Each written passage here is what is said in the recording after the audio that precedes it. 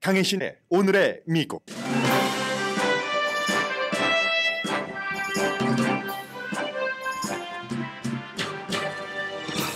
약 50만 명의 캘리포니아주 근로자가 오늘부터 지난주보다 25%가 많은 시간당 $20의 임금을 받고 일합니다.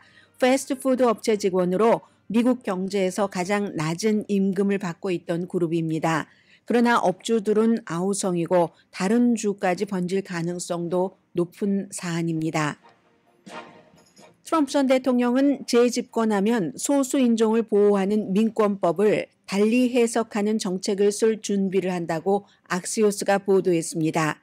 백인에 대한 인종차별을 금지한다는 정책으로 벌써 이를 관장할 조직체도 만들었고 여러 소송에서 소수인종에게 해가 되는 판결을 받아내는데 성공했습니다.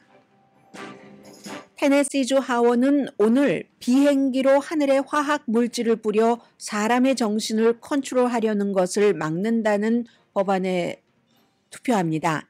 음모론입니다. 그런데 테네시주 하원에서는 자비로우신 하나님의 보살핌을 받기 위해 한 달 동안 간헐적인 금식을 하는 법안도 이미 통과됐습니다. 볼티모어 다리 붕괴 사건 이후 볼티모어 항구를 통하던 선박은 대체 항로로 향할 예정입니다.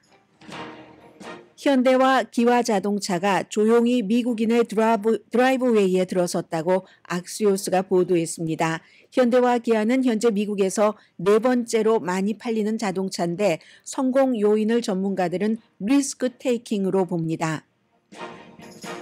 예루살렘에서 벤자민 네타냐후 정권을 끝내고 조기 선거를 주장하는 시위가 열렸습니다. 네타냐후 총리는 탈장 수술을 한 뒤 회복 중이고 미국과 이스라엘은 지난주에 했었어야 할 회의를 오늘 합니다.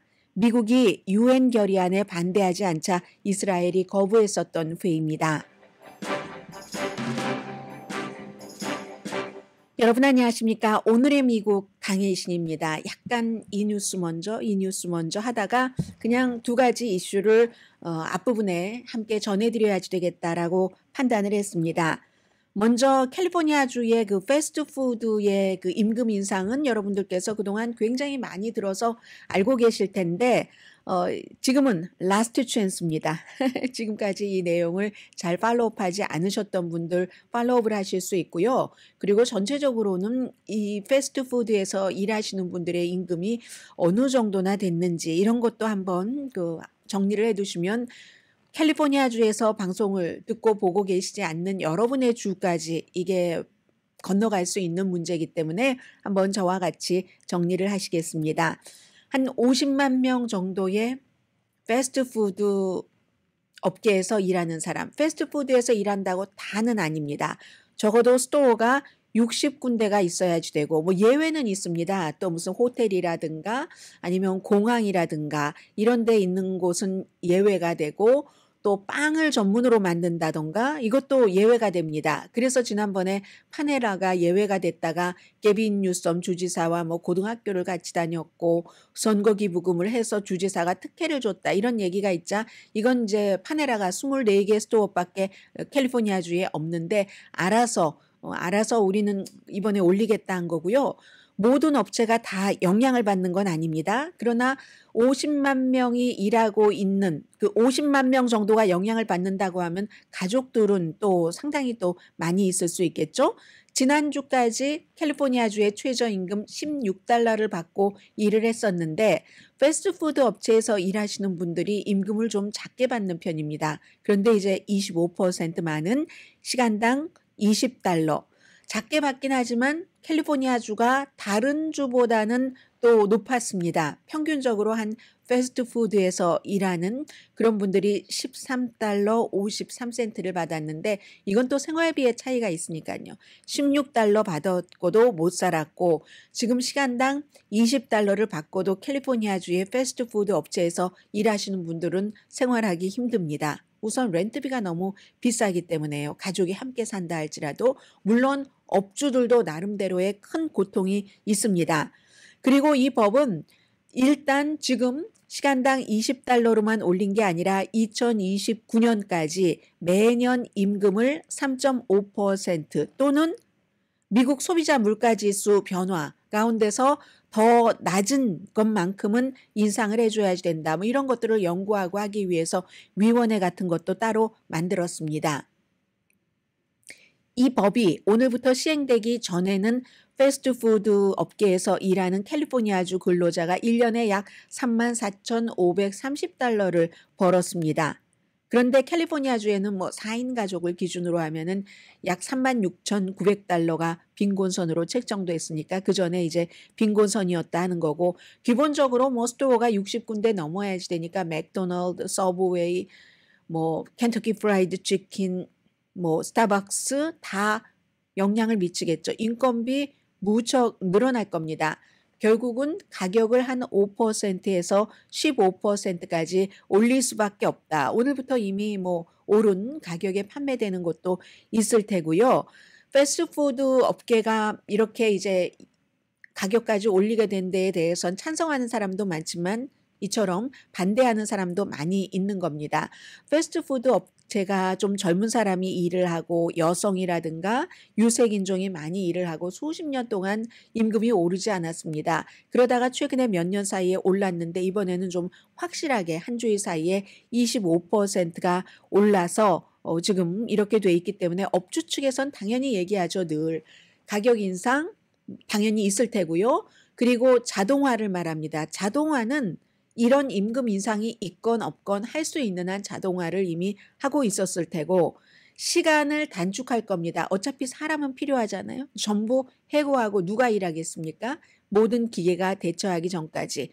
그렇기 때문에 시간을 줄이기 때문에 이제 임금을 받는 사람 입장에서는 일하는 시간은 줄어도 봉급은 줄지 않는, 결국은 더 많이 받게 되는 이런 상황이 되는 거고, 업주 측은 아직 모든 것을 마련하지 못했죠. 피자도 12월 달에 딜리버리맨을 해고를 했죠. 그렇게 되는 경우는 우버이츠라든가 아니면 무슨 도어대시 같은 그런 딜리버리하는 프로그램을 통해서 피자헛을 주문해야지 되기 때문에 아무래도 주문하는 손님은 돈이 더 들어갑니다. 피자헛 배달맨이면은 뭐 팁을 드린다던가 여기서 끝날 수 있는 것들이 잭인더박스, 치폴레 전부 이제 가격 인상 계획을 전부 발표를 해서 이번 주에 여러분들께서 패스트푸드 레스토랑에 가시면 그렇지 않아도 패스트푸드 값도 비싼데 하셨을 텐데 더 비싸질 겁니다.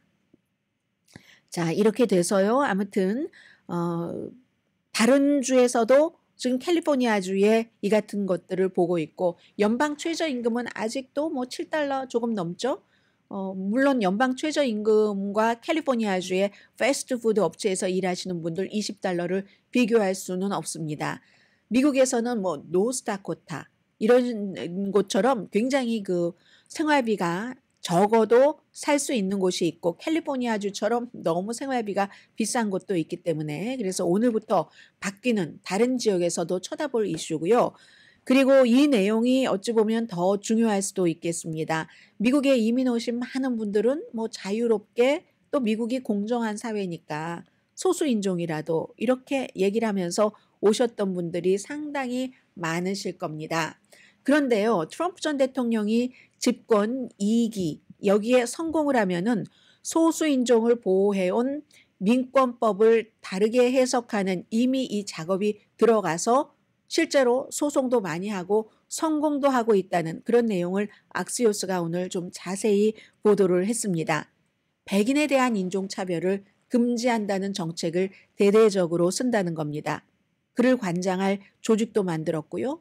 조직을 이끄는 사람은 아주 잘 알려진 트럼프 시대의 아이와 젖먹이 아이와 어머니도 떼놓는 이민법을 만든 캘리포니아주의 젊은이, 아직도 40살 안 됐습니다. 그때도 젊은이였는데 스티븐 밀러가 어떤 단체를 운영을 하고 있습니다. 유색 인종이 차별을 받는 게 아니라 백인이 역차별을 받는다. 지금까지 지난 몇 년 동안 많이 얘기가 되어 왔었던 건데 이걸 이제 법으로 다 트럼프 전 대통령이 임기 2기에 어떻게 처리를 해보겠다는 겁니다.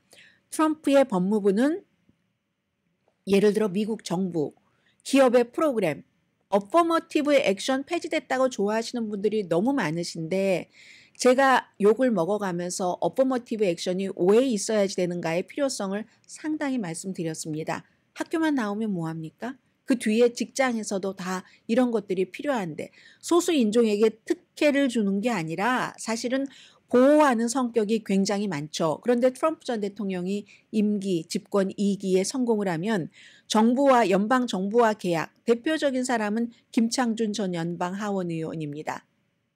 캘리포니아주에서 무슨 도로 공사라든가 이런 걸 할 때 어포머티브 액션 때문에 비즈니스맨으로 성공을 했고 그 성공을 발판 삼아서 연방 하원 의원이 됐었던 사람입니다. 그런 걸 이제 없앤다는 얘기거든요. 소수자에게 경제적으로 특혜를 준다는 게 아니라 백인이 워낙에 기회가 많으니까 그걸 좀 평평하게 기회를 동등하게 준다 해서 수십 년 동안 해왔었던 정책을 다 없애버린다는 얘기입니다. 그래서 트럼프 전 대통령의 캠페인 대변인인 스티브 청 악시오스와 인터뷰를 하는데 트럼프 전 대통령이 계속 강조를 하는 것처럼 바이든 대통령이 비미국적인 정책을 써왔다. 모든 무슨 연방정부의 사무실, 직원 등등의 소수인종에게 줬었던 여러 가지 이니셔티브 같은 것은 즉시 트럼프가 대통령이 되는 순간 멈춰버릴 것이다. 이렇게 캠페인 대변인이 얘기를 했고요.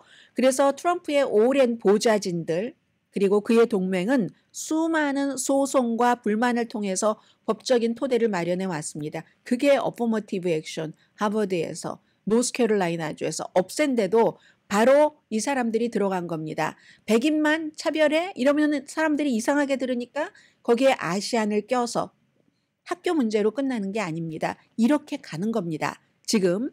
그래서 이제 성공을 했는데 스티븐 밀러가 아메리카 포스트 리걸이라는 것을 설립을 해서 CBS와 파라마운트 글로벌도 소송을 했습니다. 2017년도에 그 SEAL팀의 쇼의 그 작가였던 사람에 대해서 차별을 하는데 그 차별한다는 게 백인을 차별한다는 소송. 그 차별을 하는데 백인을 차별한다 하면서 1964년도에 민권법을 들어서 그럽니다. 민권법은 사실은 아프리칸 아메리칸이죠. 차별하지 못하도록. 그리고 그 뒤에 이민으로 온 코리안 아메리칸을 포함하는 소수인종이 그 흑인들이 뭐 매맞고 깔리고 감옥에 들어가면서 통과시켜줬던 그런 법의 혜택을 받다가 이제 이런 문제 트럼프 전 대통령이 들어오고 나서 그 법을 활용을 해서 그대로 이건 차별을 하지 말라고 하는데 백인이 엄청나게 차별받고 있어. 이 같은 주장으로 실제로 지금 연방 법원에도 판사들도 트럼프 전 대통령이 쫙 깔아놓은 판사들이 많습니다. 이렇게 뒤집히고 있는 겁니다. 그래서 2월 달에도 아메리카 포스트 리걸이라는 단체는 NFL을 소송을 했습니다. 이 소송은 루니룰이라는 게 그 피츠버그 스틸러스의 이미 숨졌죠. 이분은 구단주 댄 루니의 이름을 딴 그런 룰인데 2003년도에 만들어져서 2022년도에 굉장히 확장됐습니다. 왜냐하면 이때 무슨 뭐 조지 프로이드 뭐 백인 경관에 의해서 숨지고 하면서 블랙 라이브스 매터 모든 사람들의 생명은 다 중요해 이런 것들이 딱 되면서 확장이 됐는데 NFL 팀이 공석인 반장, 감독, 코디네이터 굉장히 영향력 있는 사람들이죠. 그 자리에 최소한 소수인종 후보자를 2명은 인터뷰를 하도록 뭐 그 사람들을 해라 하는 게 아니라 최소한 2사람은 인터뷰를 하도록 하는 그 룰을 이거는 백인 차별이야 하면서 민사 소송을 한 겁니다. 그리고 그 밖에도요 2021년도에 코리안 아메리칸에게도 딱 들어오는 이슈입니다. 백인이 소유한 기업을 차별한다. 여성, 소수인종 그 레스토랑을 위해서 290억 달러의 그 팬데믹 당시에 뭐 여러 이름을 붙여서 국가에서 지원을 했는데 그 당시에 여성과 소수인종이 소유하고 있는 레스토랑에 290억 달러가 책정이 됐었습니다. 백인 차별이라는 겁니다. 이런 소송도 했고요. 성공했죠. 그래서 이제 트럼프 전 대통령을 지지하는 그런 그 밖에도 여러 단체들이 있습니다. 뭐 띵크탱크 중에서도 가장 보수적이라고 할 수 있는 뭐 헤리티지 재단이라든가 헤리티지 재단도요. 지금 프로젝트 2025라고 해서 적극적으로 백인 차별을 금지하는 이 같은 뭐 여러 가지 트럼프 행정부를 만드는데 뭐 구성하는 요소 같은 것도 연구한다던가 트럼프 전 대통령이 백인 차별을 막도록 도전할 수 있는 준비를 해주고 있습니다. 그래서 이제 이런 단체들이 연방 대법원이 조금 극우화되면서 우경화되면서 추진력을 많이 받았죠. 어퍼머티브 액션. 이게 이제 대표적인 것이고요. 그리고 이제 그 밖에도 예를 들어 2021년도에 연방 판사가 흑인 농민을 돕기 위해서 40억 달러 규모의 그 프로그램이 있었는데 이것도 왜 흑인만? 백인은 어쩌라고? 하면서 이것도 이제 차단했고요. 또 이달 초에 또 다른 연방 판사가 상무부에도 소수민족 사업개발국 같은 게 있잖아요. 소수인종들 여러 가지 프로그램 찾아보면은 많이 있죠. 그런데 이제 이게 지역에 따라서 로스앤젤레스처럼 소수인종이 좀 어느 정도 그 동등한 대우를 받는다던가 이런 데는 괜찮지만 연방 같은 연방 상무부의 소수민족 개발국이 백인을 차별하고 있다. 이 모두 똑같이 해야지 뭐 이런 얘기를 하면서 소수인종에 관한 프로그램을 없애버려야지 된다라고 얘기를 합니다. 트럼프 전 대통령이 계속 공산주의라고 얘기를 하죠. 이게 무슨 요즘의 공산주의? 이렇게 얘기를 하지만 그건 이념적인 것을 말하는 거고 사실은 이런 얘기를 하는 겁니다. 마르크스주의적 형평성 개념을 가지고 와서 소수인종을 보호한답시고 그런 개념을 적용을 시켜서 백인이 피해를 보고 있다는 겁니다. 내가 대통령이 되면 백악관, 군대, 법무부, 우리 사회에서 이런 마르크스주의를 몰아낼 거다. 공산주의를 다 몰아내 버리겠어. 이게 트럼프 전 대통령이 공산주의라고 말할 때는 그것도 이제 깔려 있다는 것을 악시오스가 설명을 해주고 있고요. 11월 달에 CBS가 여론조사를 했습니다. 트럼프 전 대통령을 지지하는 사람의 58%는 백인보다 미국에서 살아가는데 유색인종이 훨씬 유리하다고 믿고 있답니다. 이 사람들은 반이민 정책에 찬성을 하겠죠. 그런데 똑같은 질문을 하면 미국에서 유색인종이 백인보다 살아가기가 더 좋습니까? 유리합니까? 물어보면 트럼프 지지자들은 58%가 yes, 바이든 지지자들은 9%만이 이처럼 답을 합니다.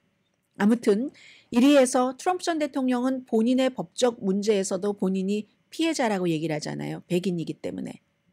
사실은 오늘 처음 말씀을 드립니다만 워싱턴의 뭐 판사라든가 조지아주의 검사라든가 바니 윌리스 이런 사람들이 흑인이기 때문에 백인인 자신을 학대한다고 나는 백인이기 때문에 여기서 피해를 보고 있다면서 저 사람들이 인종차별주의자야 라고 얘기를 하고 있습니다. 그리고 트럼프 전 대통령이 임기 2기에 이런 것을 할 것이라고 저도 믿는다 쪽으로 갑니다. 왜냐하면 처음부터 2015년도에 블라디미르 푸틴이 그렇게 얘기한 뒤에 인종 문제 가지고 정치적으로는 유명해진 사람이니까요. 버락 오바마 전 대통령 미국에서 태어나지 않았다고 다 알면서 태어나지 않았다고 그래서 미국 대통령이 될 자격이 없는 사람이라고 얘기를 했었고 그리고는 보다 본격적으로 선거 캠페인을 하면서 이민 온 사람들 특히 멕시코에서 온 사람들은 다 강간자다. 백인이 아닌 유럽 이민은 좋아했잖아요. 유럽의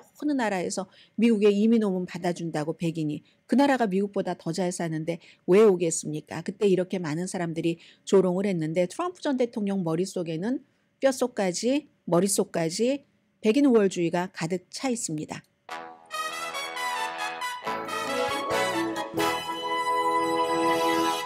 그렇게 우월한 백인이 이민자, 소수인종으로부터 학대받고 있다는 그런 것들. 그래서 트럼프 전 대통령에게 투표를 한 사람들이 굉장히 많은데 다른 그 여러 가지 이유가 있어서 트럼프 전 대통령에게 투표할 수는 있다고 생각을 합니다. 그러나 그 문제는 한번 소수인종으로서 생각해 봐야지 될 이슈라고 믿고요. 오늘의 미국은 전문가가 추천하는 이민법, 가정법 전문 제인정 종합법률사무소 총 20억 달러 승소, 교통사고와 상해 전문 브라이언 다필라와 CG 변호사그룹 공동 후원입니다. 어제 부활절이었는데 잘 지내셨어요? 잠시 뒤에 뵙겠습니다. 라디오 서울 방송 오늘의 미국 듣고 계십니다. 네.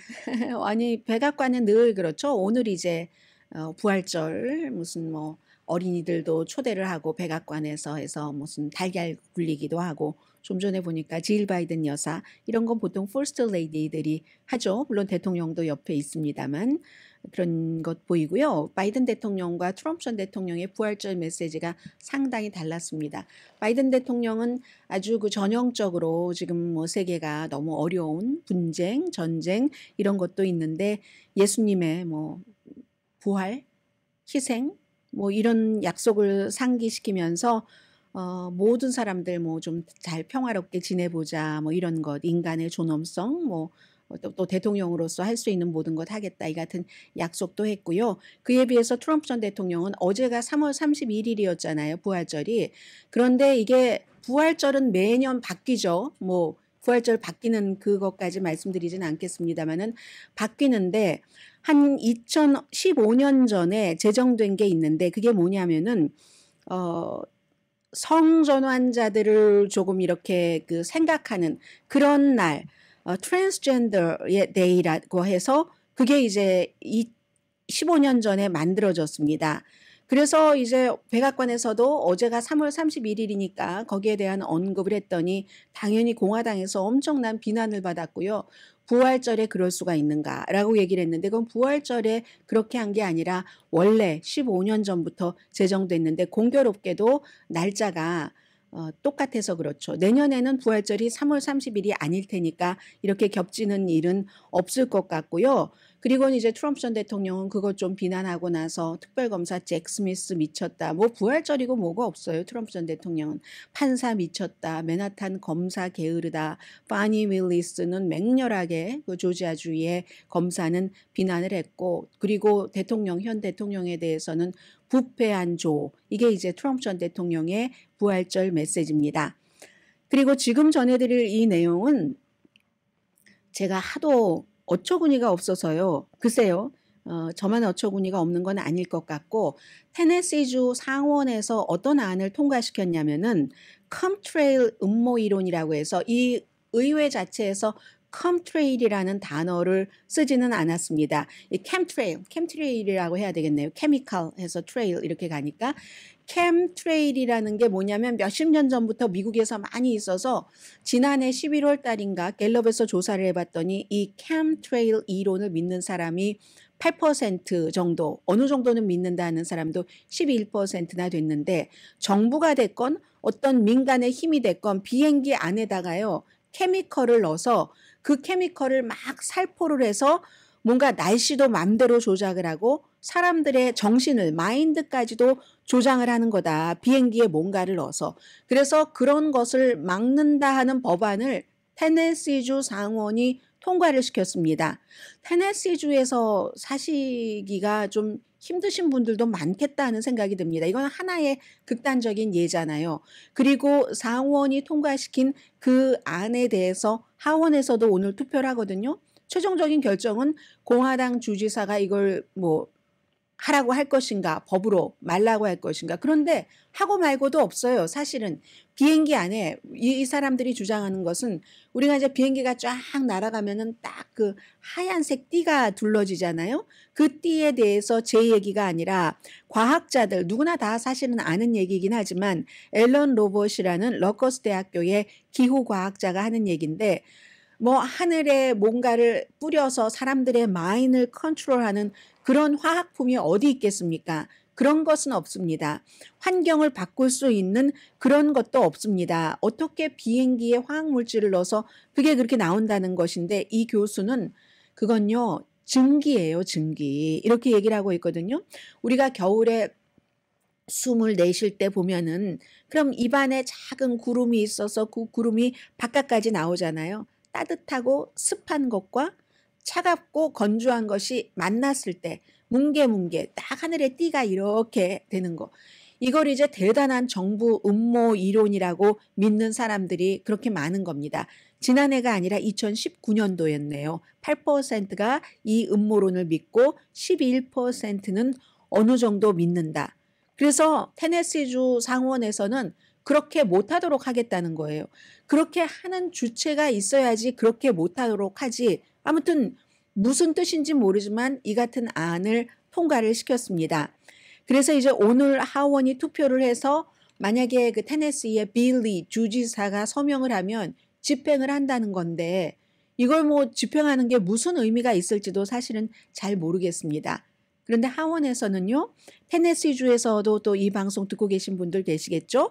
몬티 프리츠라는 하원 의원이 이제 열심히 이걸 통과시켜야지 돼. 저 음모론 연방 정부가 됐건 누군가가 됐건 저건 다 기후를 변화시키는 거고 우리의 마인드를 컨트롤하기 위해서 뿌려지는 거야. 하늘의 하얀색 그 띠가 이렇게 주장을 하는데 이분은 테네시주에서는 이런 법안도 통과가 돼서 뭐 이건 서명을 한 것 같아요. 주지사가. 어떤 거냐면요. 얼마 전이었어요. 불과 몇 개월 전에 테네시 주민들이 테네시나 또 다른 주와 마찬가지로 여러 가지 어려운 문제들이 있잖아요. 그래서 제가 기후제를 지낸다 하는 것은 들어봤어도 테네시주를 치유하시는 하나님의 자비의 손길을 기다리면서 그 자비의 손길을 구하기 위해서 7월 달에 30일 동안 전체 주민들이 기도를 하고 뭐 계속 굶을 수는 없으니까 그럼 우리가 숨져야 되잖아요. 간헐적으로 단식을 하도록 하자. 이런 안을 냈고 그게 통과가 됐다니까요. 몇 개월 전도 아니네요. 3월 5일에 하원에서 통과됐습니다. 그럼 이건 상원으로 보내지겠네요. 상원으로 보내주고 상원에서는 하늘에 누군가가 컨트롤하려고 화학물질을 뿌린다 하는 것이 통과돼서 하원으로 보내지고 특히 이제 오늘 하원에서 투표할 그 비행기 화학물질 뭐 이렇게 얘기를 하는 그 캠트레일 같은 경우는 이건 증기잖아요. 그 증기가 하얀 띠를 만들어내는 건데 그 증기를 공격하는 거잖아요. 그런데도 놀랍게도 펜실베니아주에서도 이런 그 비슷한 그런 것을 막아야지 돼 하는 법안을 지금 마련을 할 움직임이 있답니다. 이런 것을 볼 때마다 어떤 땐 제가 뉴스가 너무 많으면 정말 희한한 only in LA, only in USA만 있는 그런 일들이 있잖아요. 황당무계한 일들. 그런데 이 황당무계한 일들도 믿는 사람들이 엄청 많습니다. 레딧 같은 데 가보면 레딧이 조금 좀 공화당 쪽, 트럼프 쪽 뭐 이야기잖아요. 또 음모론도 아직도 요즘은 많이 나아졌다고 하지만 많이 있고 엄청나게 이런 스토리들 많거든요. 그리고 이런 스토리들만 믿으면서 내가 너희들은 모르지. 나만 알고 있는 거야 이거. 내가 이렇게 유식해 라고 생각하는 미국 사람들이 의외로 굉장히 많다는 거 전해드리고요. 잠시 뒤에 볼티모어와 현대 기아차를 좀 전해드리겠습니다. 현대 기아차가 미국의 뭐 기간산업법에 무슨 뭐 혜택을 받지 못했다 해서 엄청나게 한국에서 많은 그 비난을 미국 쪽을 향해서 하셨던 분들이 많은데 언젠가부터 슬금슬금 완전히 미국의 드라이브웨이를 현대 기아차가 잠식하고 있는데요. 그것도 노력 없이 그렇게 될 리는 없잖아요. 그 현대와 기아의 노력에서 우리가 또 배워야지 될 그런 것들도 있는 것 같고요. 잠시 뒤에 전해드립니다.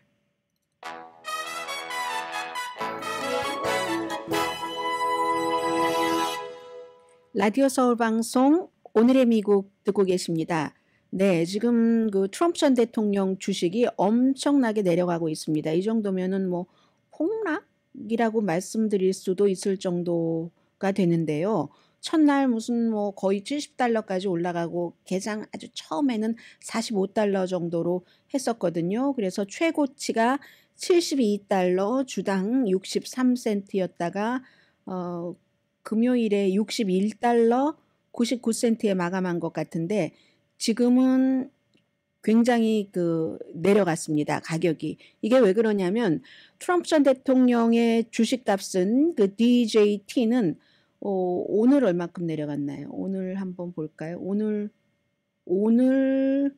13%나 내려갔네요. 오늘 13% 정도가 내려가서 그런데 왜냐면은 결국은 버는 것은 없이 손해는 엄청 봤다. 지난해에 뭐 5,800만 달러 그 정도 손해봤고 매출은 뭐 한 300만 달러 이 정도밖에 안 된다 하니까 사실 이 주식은 무슨 엄청난 투자가들이 투자를 한 게 아니라 개미 군단이 트럼프 전 대통령을 지지하거나 아니면 트럼프가 대통령이 됐었을 때는 이게 올라갈 것 같아라는 이런 사람들이 지지를 했었거든요. 그러다가 아무리 그래도 그렇지 저렇게 아무것도 아닌 회사였어. 이걸 알고 나서 지금은 일단 폭락하는 것 같고요. 그러나 주식이라는 것은 이렇게 뭐 게임스탑이라든가 예전에 또 코비드 그 직후에 AMC 같은 극장 이런 데는 젊은 사람들이 이유 없이 분석 없이 그냥 심정적으로 막 사서 주식값 엄청 올랐던 적 있죠. 지금 트럼프 주식이 그와 비슷한 형편이기 때문에 이건 이제 조금 가장 열심히 사람들이 지켜보고 있는 이제 그런 그 주식값이 되고요. 레딧도 그래도 많이 레딧은 그래도 뭐 기본적으로 그 계속 유지는 하고 있습니다. 레딧과 트럼프 전 대통령이 DJT가 거의 이제 비슷한 시기에 상장이 됐기 때문에 이 두 가지를 보고 있고요. 현대자동차부터 말씀을 드리겠습니다. 현대와 기아자동차가 조용히 미국의 드라이브웨이에 들어서고 있다. 오늘 제가 악시오스의 중요한 보도를 많이 전해드리네요. 미국에서 네 번째로 많이 팔리는 자동차입니다. 자동차가 얼마나 많아요? 기본적으로 성공 요인은 현대의 리스크 테이킹 하는 거다. 뭐 코비드 때나 그 이후나 여러 가지 전략을 계속 만들어서 시행하기도 한다는 거죠. 이번에 뭐 자동차 쇼 보니까 예전처럼 화려한 데뷔작이 많지 않았답니다. 다만 계속해서 맹렬한 기세라고 표현을 하면서 현대가 새로운 모델을 내고 있는데 뭐 기아, 제네시스 뭐 이런 경우 브랜드가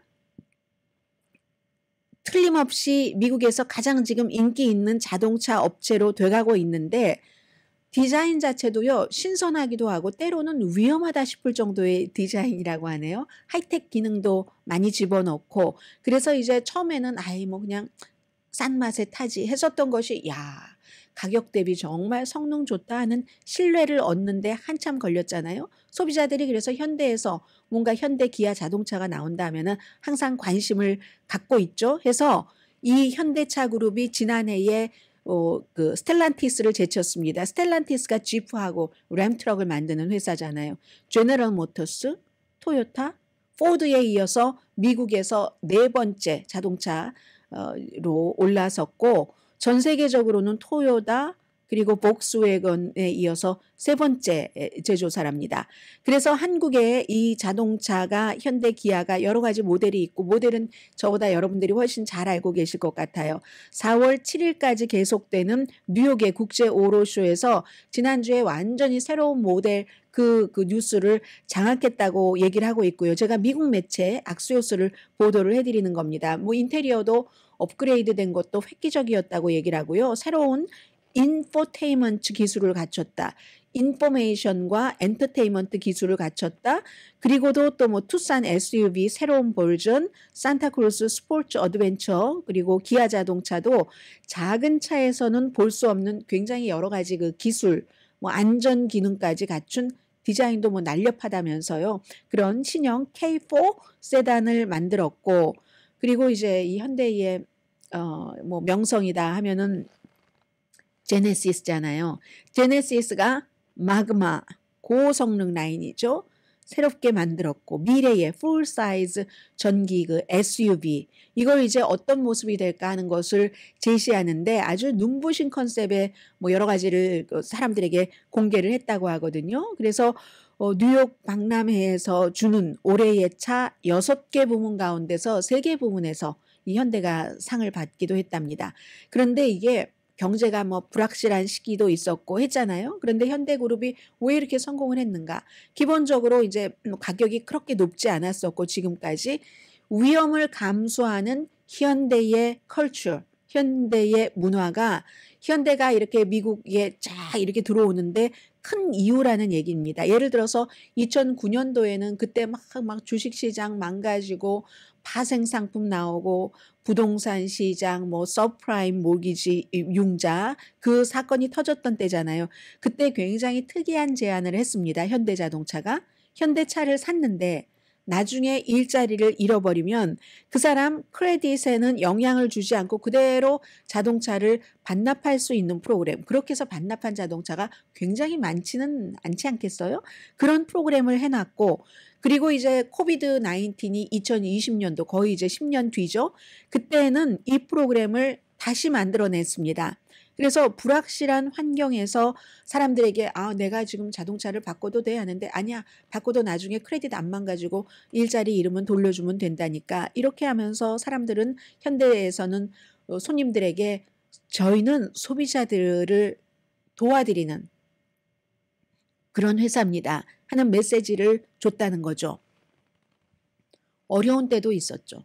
틱톡에서 어떻게 절도하는가 이런 것들이 많이 있고 했었을 때 이 약한 부분이 드러났었을 때도 실망하지 않고 손님들하고 좋은 관계를 다시 맺으려고 해서 뭐 그 스티어링 그 휠 잠금 장치도 무료로 줬었고 그리고 뭐 소프트웨어 하드웨어 업그레이드 충분히 했었고 굉장히 그 비용이 많이 들기는 했지만 그리고 이제 그 뭐 소송 같은 것도 있고 하는데 그 소송 자체도 집단 소송도 아마 올 여름에 마무리가 될 것 같다고 얘기를 하는데 그리하여 이제 와서는 현대자동차가 현대와 기아는 이제는 그 전기 자동차 리더가 되기 위해서 노력하고 있다고 얘기를 합니다. 왜냐하면 그래도 그 전기 자동차가 다른 자동차 막 현대는 뭐 시작한 지 얼마 안 되지만 정말 오래된 그런 자동차들과 똑같이 나가야지 된다고 할 때는 전기 자동차는 거의 출발점이 비슷하기 때문에 그렇다는 거잖아요. 그래서 가능한 한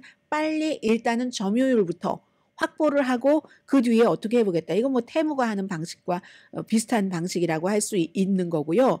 그래서 이제 현대 아이오닉 5, 기아 EV6 2022년도에 인플레이션 이 감축법에 따라서 연방 그 어떤 그 세금 공제 같은 것 인센티브 세금 공제라기보다 이런 거 못 받게 됐었을 때 굉장히 시장 점유율 하락했죠. 막 테슬라보다도 다른 자동차가 더 많이 받고 했었을 때 그런데도 이게 절대로 거기서 주저앉지 않고 또 다른 형태의 프로그램 같은 것을 내놔서 지금 뭐 한 달에 $240에 정말 싼 그런 그 리스 프로그램 같은 것을 현대와 기아의 전기 자동차가 내놓고 있다는 거죠. 그러니까 현대의 그 전기 자동차가 판매나 리스가 주춤했다가 다시 급증해서 지금은 전기 자동차의 뭐 시장 점유율 7.8% 정도 된다는 거거든요. 그걸 이제 악시오스는 업계에서는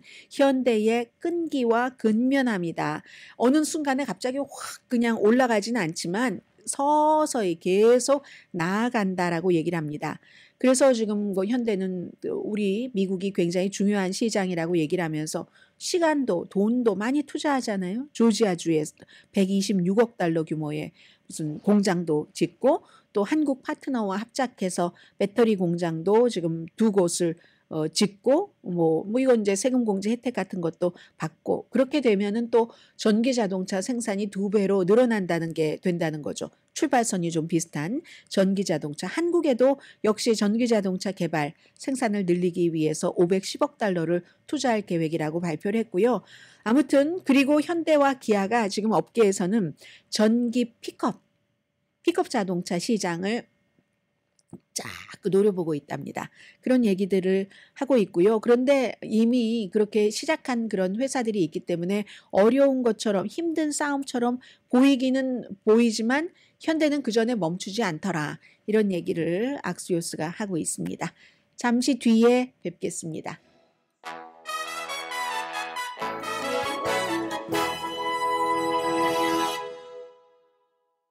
라디오 서울 방송 오늘의 미국 듣고 계십니다. 볼티모어 항구는요 이제 4분 그 시신을 그 회수하는 작업은 아직 못 하고 있답니다. 그 다리가 무너진 것들이 지금 전부 그 안에 그 깔려 있기 때문에 다이버들이 들어가도 1피트, 2피트 이 앞까지밖에 보지 못하고 다이버들도 다칠 수도 있고 여러 가지 문제 때문에 지금은 그건 이제 시신 회수는 조금 보류됐는데요. 그런데 교량 근처 그 북동쪽에 임시로 수로를 이렇게 만들어서 볼티모어 그 항구에서 뭔가 물건이 나갈 수 있도록 지금 그 작업을 하고 있답니다. 이 무너진 그 다리의 잔해가 80% 내지 90% 정도는 지금 물에 잠겨 있잖아요. 그 다리 다 지으려면 정말 몇 년이 걸릴지 알 수가 없고 임시로 얼만큼 책정을 했고 또다시 책정을 해야지 되고 아마 이번 주에 바이든 대통령이 그쪽 지역을 방문을 할 것 같습니다. 이 화물선도 그대로 있어요. 뭐 에펠탑만큼 그 정도의 그 긴 화물선이 물 위에 이제 그대로 지금 떠 있고 저는 승무원들이 다 나왔다고 생각을 했죠. 왜? 그런데 승무원들이 아직은 배 안에 있답니다. 뭔가 이제 이렇게 구조선이 가고 하기에는 아직 그 주변이 청소가 조금 안 된 것 같죠? 뭐 그 안에 뭐 먹을 것 다 있고 하니까 승무원들은 22명 전부 인도 분들이고 안전하게 그 안에 있다 하는 건데 이게요. 볼티모어 물론 아주 힘듭니다. 힘들지만 코비드 19 이후에 공급망 네트워크 같은 것을 좀 잘 해놨기 때문에 물론 주변에 뭐 뉴저지나 뉴욕 항구도 붐비고 하기는 하지만 예전보다는 이런 것들이 나아져서 아주 뭐 대단한 공급망 문제가 있어서 미국 뭐 전국적으로 물건값이 굉장히 올라간다던가 이런 일은 아마 전문가들의 계산이 맞다면은 없을 것으로 지금 보고 있습니다. 세계에서 가장 중요한 일 가운데 하나는 지금 이스라엘이 가자지구 라파를 지상군을 어떻게 쳐들어가나 마나 물론 지상군 들어갔어요. 2주일 동안에 그 알시파 병원에서 전투를 해서 이스라엘은 하마스 전투사를 잡으려고 한다면서 한 200명 뭐 살해했다고 하고 그밖에 무슨 뭐 무기도 회수했다고 하고 또 여러 가지 정보도 얻었다. 이게 이스라엘 쪽에서 하는 얘기와 하마스 또는 팔레스타인이 하는 얘기는 다릅니다. 아무튼 그렇습니다. 그런데 세계 보건기구에서 하는 얘기는 그 병원에 이스라엘이 들어갔기 때문에 2주일 동안 21명 환자가 숨졌고 100명이 위독하고 어린이 4명, 8명, 뭐 28명인가 뭐 이런 분들은 더 아무튼 지금 급한 그런 일이라는 것 같습니다.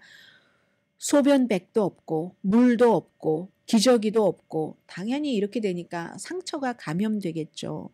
탈수 증세 15사람이 있는데 물이 한 병밖에 없대요. 지금.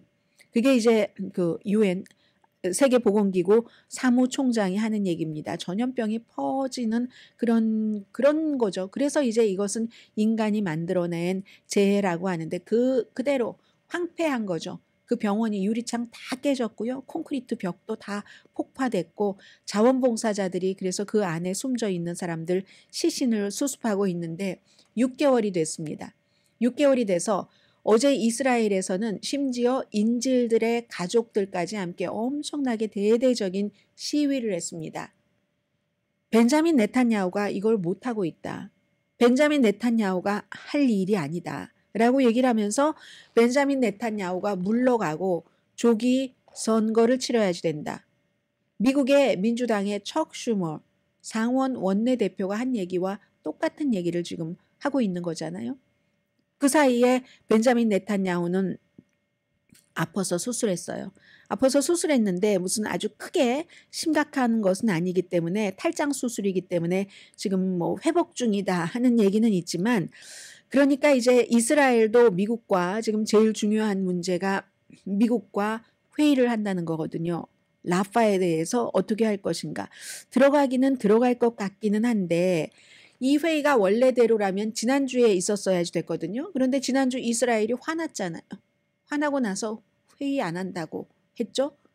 미국이 가자지구가 즉각 휴전을 해야지 된다. 뭐 이런 안도 내놨고 그 안에 대해서는 러시아와 또 중국이 이제 비토를 했고 그 뒤에 또 다른 유엔 안전보장 이사회가 내놓은 그런 안에 대해서는 역시 뭐 비슷한 거죠. 가자지구 즉각 휴전해야 된다. 여기에 대해서 미국이 비토를 하지 않았습니다. 이스라엘은 미국이 비토해 주기를 원했는데 비토를 하지 않고 기권을 해서 통과됐거든요. 그러니까 애따 화났다 하고는 원래 약속됐던 것을 이스라엘이 걷어차 버렸습니다. 그렇게 이스라엘의 벤자민 네탄야후 총리가 국내 우파에게 내가 이 정도는 차버렸어 하고는 바로 그 다음날 조용히 미국에 전화 걸어서 우리 다시 만나자 해서 하루 만에 메시지 뭐 백악관에서는 이게 이제 미국인 겁니다. 미국은 큰 그릇이라서 미국이 이것 좀 해줬으면 좋겠는데 하는데 안 해줬어요. 그렇다고 해도 미국은 목표가 있잖아요. 가자 지구에서 지금 더 이상은 팔레스타인 난민의 희생을 줄여야지만 되는 타이밍이기 때문에 어쩔 수 없다. 이 목표가 있으면 벤자민 네탄야후가 설령 마음에 들지 않더라도 다시 대화하자 하면 대화를 하는 겁니다. 그래서 지난번에는 직접 만나기로 했는데 이번에는 일단은 이스라엘이 체면이 있으니까 가상으로 대화를 하고 미국에서는 잭 셀리번 그 국가안보보좌관이 주도를 하고 벤자민 네탄야후 쪽도 당연히 국가안보보좌관이 주도를 하겠죠. 미국은 이 얘기를 당연히 하겠죠. 100만 명 이상이 모여있는 그 가자의 라파 지구에서 대대적인 지상작전은 정말 곤란하다. 어떻게 나올지 모르겠습니다. 이스라엘이요. 하나의 뭐 할러데이 같은 그런 그 시점이 끝나면 뭔가 좀 새로움 같은 것들이 있습니다. 이제는 본격적으로 봄이 오고 있는 그런 시점이고요. 세상이 너무 많이 바뀌어서 일본 왕실도 인스타그램에 조인을 했습니다. 나루히토 왕의 딸인 아이코 공주가 대학교를 졸업하는데 교정을 이렇게 일본 전통 의상 입고 거니는 그런 그 사진을 보여주기도 하고요. 이런 모든 것들이 세상의 흐름을 거슬러 갈 수 없으니까 스몰 비즈니스 하시는 분들도 인스타그램 이용하시기 바랍니다. 별로 어렵지 않거든요. 강혜신이었습니다.